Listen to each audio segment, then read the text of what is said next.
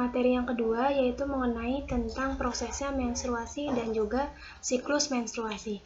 Pertama, kita bisa lihat dari di tempat ovarium ini, nanti sel telur ini kalau sudah matang dia akan keluar dari ovarium menuju ke tuba Fallopi. Nah, di tuba Fallopi nantinya sel telur menunggu si sel sperma. Kalau misalnya ketemu sel sperma, dia akan terjadi pembuahan. Nah, kalau tidak ada sperma, nantinya dia akan terus berjalan menuju ke uterus dan menempel di dinding endometrium. Nah, di dinding endometrium nantinya dia akan meluruh dengan sendirinya karena tidak adanya pembuahan. Meluruh dan keluarlah darah haid yang disebut dengan darah haid melalui vagina. Selanjutnya, ini adalah siklus menstruasi. Kita bisa mengenal dari gambar ini ya, teman-teman. Ini adalah gambar ovarium history. Ovarium history yaitu bagaimana perjalanan ovarium selama proses menstruasi. Yang ini adalah gambar grafik body temperatur suhu tubuh pada saat seseorang itu mengalami menstruasi. Nah, yang ini grafik ini atas dan bawah ini merupakan grafik hormon. Ada hormon estrogen, ada hormon progesteron, ada hormon LH dan FSH. Nah, yang paling bawah ini merupakan dinding endometrium selama masa menstruasi. Nah, jadi proses menstruasi itu terbagi menjadi 4 tahap. Yang pertama ada proses menstruasi, proses praovulasi, proses ovulasi, dan proses pasca ovulasi. Kita masuk ke proses menstruasi tersendiri ya teman-teman. Jadi pada hari pertama, pada fase menstruasi menjadi patokan. Nah, ini pada proses menstruasi. Fase menstruasi ini rata-rata berlangsung selama 7 hari. Ada juga yang kurang dari 7 hari, bahkan ada yang lebih dari 7 hari. Nah, fase menstruasi ini terjadi jika sel ovum tidak dibuahi oleh sel sperma. Keadaan yang terjadi pada fase menstruasi adalah produksi hormon estrogen. Nah, ini grafik hormon estrogen. Grafik hormon estrogen dan ini nanti dan progesteron dia akan terhenti yang menyebabkan peluruhan pada dinding endometrium. Nah, pada saat terjadi peluruhan dinding endometrium ada sebuah lapisan dasar di balik lapisan yang terkikis. Nah, nanti kalau di balik lapisan terkikis itu kemudian akan membentuk lagi sebuah lapisan dinding baru di dalam rahim dan menebalkan dinding tersebut selama bulan berikutnya. Kalau udah menstruasi nanti dinding ini dia akan menebal kembali. Nah, kondisi folikel pada menstruasi ini berupa folikel primer yang dia akan berkembang dan masuk ke siklus selanjutnya. Nah, proses ini akan diulang terus-menerus setiap bulannya di dalam rahim, hingga masa menopause dan jika tidak terjadi kehamilan. Selanjutnya ada fase praovulasi. Nah, pada fase praovulasi, ini terjadi proses sekresi hormon FSH. Bisa kita lihat pada grafik berwarna hijau. Nah, di hormon FSH ini nantinya disekresi oleh kelenjar hipofisis anterior. Nah, pada fase folikel ini nanti produksi FSH mengalami proses kenaikan. Nah, pada fase praovulasi dia mengalami kenaikan, di mana peran dari hormon FSH adalah mengubah folikel primer yang terbentuk nih, folikel primer yang terbentuk menjadi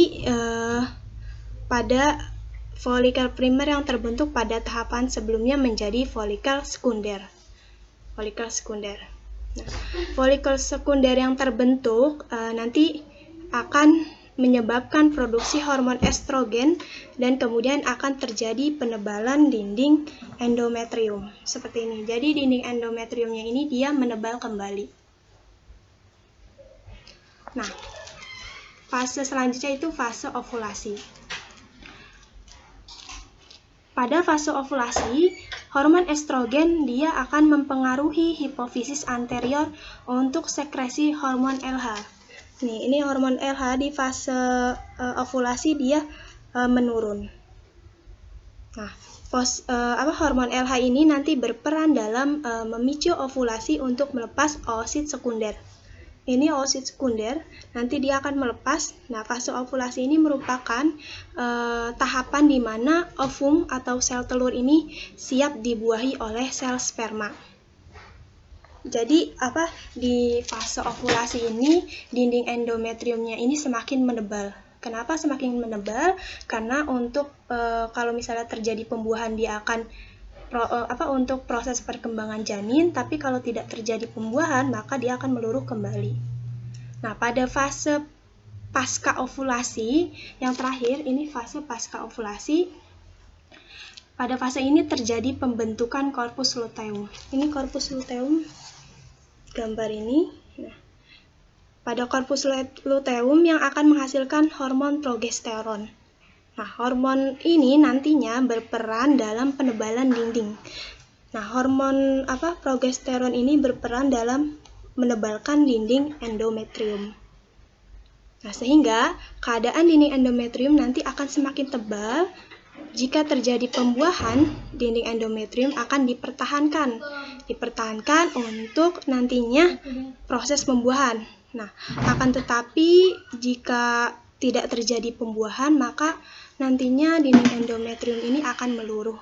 Nah, begitupun proses ini akan berkelanjutan setiap bulannya. Nah, dalam proses ini disebut dengan siklus menstruasi. Selanjutnya, ini kita membahas tentang fertilisasi. Fertilisasi ini merupakan proses ketika sel telur bertemu dengan sel sperma dan bersatu membentuk zigot, lalu berkembang menjadi embrio. Nah, embrio ini nantinya sebagai cikal bakal pembentukan janin. Nah, biasanya satu kali ejakulasi sperma itu dikeluarkan sekitar 300 sampai 400 juta yang keluar. Nah, yang kemudian dia masuk dan membuahi sel telur, tapi yang hanya bisa membuahi sel telur itu hanya satu sperma saja. Nah, kita masuk pertamanya, kita lihat gambar ini. Ini ovulasi, keluarnya sel telur dari ovarium. Ini adalah ovarium. Nah, ini adalah indung telur. Jadi, indung telur ini nanti akan keluar setiap bulannya. Nah, di dalam ovarium ini banyak sekali sel telur, namun hanya satu yang keluar pada setiap bulannya. Ini merupakan kantong folikel yang dipersiapkan untuk si sel telur ini menjadi matang. Nah, proses pematangan ini nanti dia dibantu oleh hormon FSH atau dia dipengaruhi oleh hormon FSH. Nah, nantinya kalau udah keluar dari ovarium, nanti si sel telur akan pindah ke tuba falopi. Nah, di tuba falopi ini nanti dia hanya dapat bertahan hidup selama 24 jam. Jika tidak ada sperma yang membuahi, maka ia akan mati dan tidak terjadi kehamilan. Nah, tidak terjadi kehamilan, dia akan pindah ke ova uterus dan terjadinya darah haid atau meluruhnya dinding endometrium karena tidak ada pembuahan. Nah, tapi kalau sel telur ini dibuahi, ini dia akan ada tepatnya di ampula atau infundibulum. Kemudian nanti si sperma ini dia kalau udah ketemu sel telur, nah si sperma ini dia akan menembus dinding, menembus ke sel telur. Seperti ini gambarnya ya. Nah, apabila sel telur ini sudah dibuahi, maka sperma yang lain yang 400 juta itu dia tidak akan bisa menembus ini, dinding ini. Karena hanya bisa satu sperma saja yang membuahi si sel telur.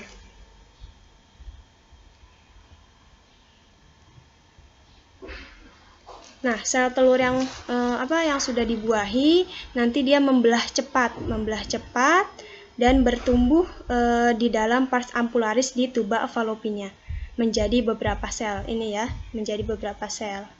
Atau yang sering dikenal dengan stadium morula. Nah, di morula ini nanti meninggalkan tuba Fallopi dan masuk ke dalam uterus.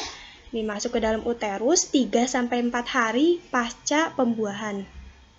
Atau yang bisa disebut dengan stadium blastula.